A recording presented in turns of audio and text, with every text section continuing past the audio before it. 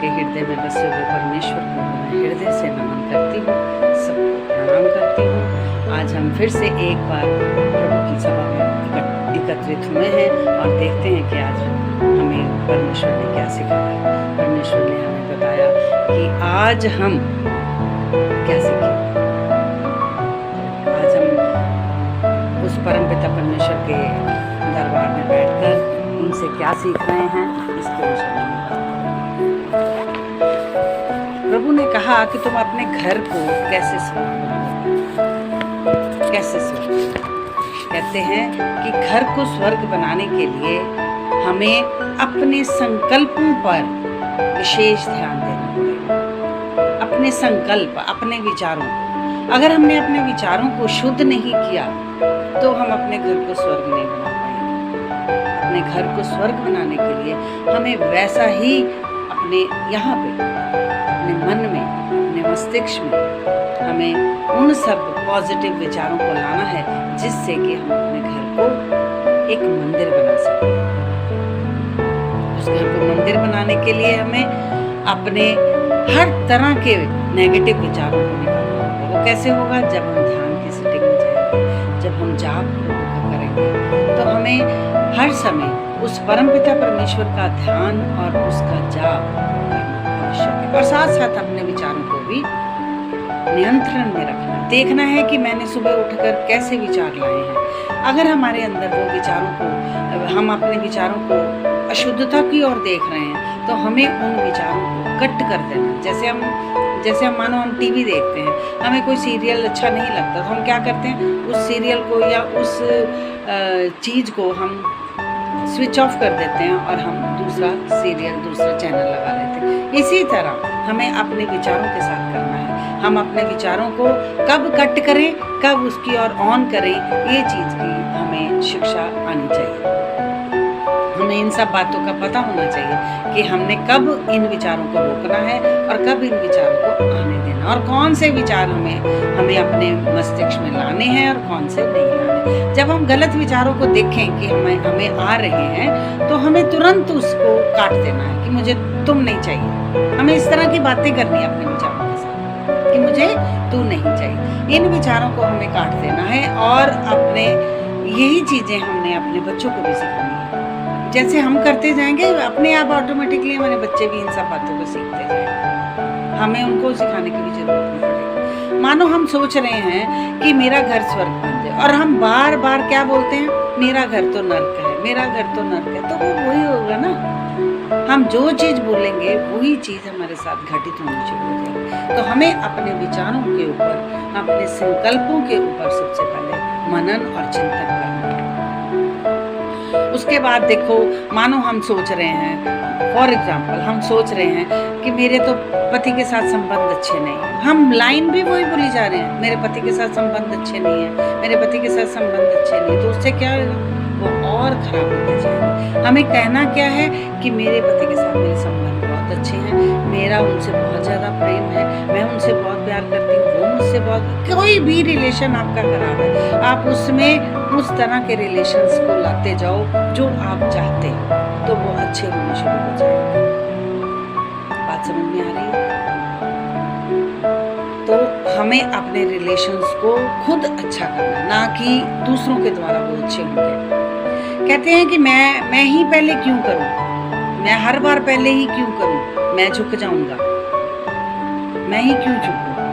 वो कहते हैं कि जिसकी आत्मा स्ट्रांग है, जो शक्तिशाली आत्मा से भरा हुआ है, वो ही झुकेगा। जो कमजोर होगा वो झुक कैसे सकता है?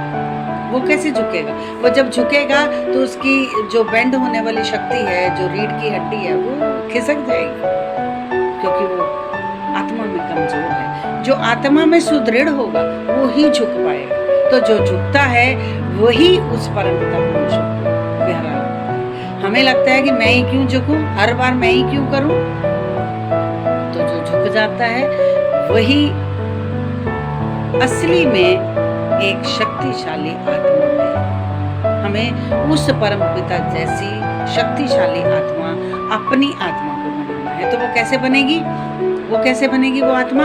वो सिर्फ हम अपने संकल्पों के द्वारा और अपने थॉट्स को जब हम लाते हैं तो उसको काट काट कर अच्छे थॉट्स को लाकर और उस परमपिता परमेश्वर की गोद में बैठकर हम इन सब विचारों को और अपनी आत्मा को सुदृढ़ कर सकते हैं और शक्तिशाली बना सकते हैं। और जितने आप पॉजिटिव विचार लाओगे उतने ही आपके फ्रेंड्स बनेंगे, आपके साथ बैठने को सबका दिल करेगा, क्योंकि आप अच्छी अच्छी बातें करते हो। जितनी अच्छी बातें करोगे, सबके साथ खुश रहोगे, सबको अपना मित्र बनाओगे, सबसे प्रेम से बात करोगे, सब आपके साथ बैठना पसंद करेंगे। नहीं तो क्या होगा, सब आपको छोड़कर चले जाएंगे। तो मैं ये नहीं कहती कि आप बहुत सारे दोस्त यार बना लो, नहीं, पर आप अच्छी बातें जब करोगे तो आपके साथ भी अच्छे अच्छे लोग जुड़ते जाएंगे, जिससे आप और शक्तिशाली और शक्तिशाली और शक्तिशाली होते जाएंगे। हम बोलते हैं मेरा बच्चा आज्ञाकारी नहीं है, कैसे होगा आज्ञाकारी जब हम बोल ही ये रहे हैं कि मेरा बच्चा आज्ञाकारी नहीं, मेरा बच्चा आज्ञाकारी नहीं, तो हम वही तो इकट्ठा कर रहे हैं। जब हम वो थॉट्स भेजेंगे कि मेरे बच्चे जैसा कोई बच्चा नहीं, मेरा बच्चा बहुत अच्छा है, वो मेरी हर बात को मानता है, वो मेरी हर आज्ञा को मानता है, तो वो वैसा ही थॉट आप जब आपके बोलने से पहले आपके यहाँ से थॉट्स चले जाते हैं, आपको बोलने की जरूरत नहीं पड़ती। आप यहाँ से बोलते हो, वहाँ वाले को वो वाइब्स पहुँच जाती है। तो इसलिए अच्छी अच्छी वाइब्स को इकट्ठा करो ताकि आप भी अच्छे बनो और सामने वाले को भी अच्छी वाइब्स मिले। तो हमें अपने आप को सबसे पहले पॉजिटिव विचारों से भरना है। जितने हम पॉजिटिव विचार अपने अंदर लाते रहेंगे उतने ही हम अपने साथ अपनी आत्मा को सुदृढ़ और शक्तिशाली बनाते रहेंगे। जब तुम्हारी आत्मा दृढ़ और शक्तिशाली बन जाएगी तो बस फिर तो आप सब कुछ जीत जाओगे। कुछ भी हो जाए आपको कोई फर्क नहीं पड़ने वाला, क्योंकि आप अब आत्मा में सुदृढ़ हो गए हो। अब बड़ी से बड़ी समस्या का भी हल कर सकते हो। क्यों? क्योंकि आपने शक्तिशाली अपनी आत्मा को कर लिया।